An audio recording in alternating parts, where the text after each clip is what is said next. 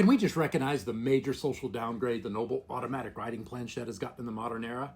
If you're unfamiliar with writing planchettes, they predate Ouija by over 30 years, and for decades were the dominant form of spirit communication apparatus. They produced spirit writing, and had a massive craze for these devices in the wake of the American Civil War. But once talking boards came along in the 1890s, they got their first downgrade, playing second fiddle as the indicators for Ouija and other spirit boards. They held their own for a few years, though, with successive waves of popularity around the turn of the century and beyond. And we see them ride the coattails of Ouija through some of its own pop culture moments. But by the 1960s, this glorious spirit writing apparatus had undergone an embarrassing transformation.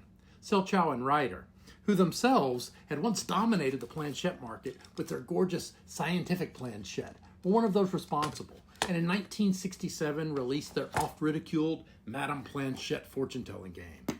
And while I think the divination mechanics of this game are actually worth a closer look in a later video, look just how far from its former glory the planchette has fallen. No wheels, no rollers, just plastic, plastic, plastic. Things hardly got better in 2012 when Wishcraft introduced their oh my fortune-telling heart game, and yet just another plastic planchette. But rollers at least. But I do want to give some credit in the modern era to Big Potato Games, who released the fantastic Ghost Can't Draw a couple of years ago.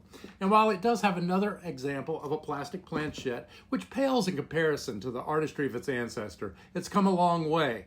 And personality comes a long way, because this one glows in the dark.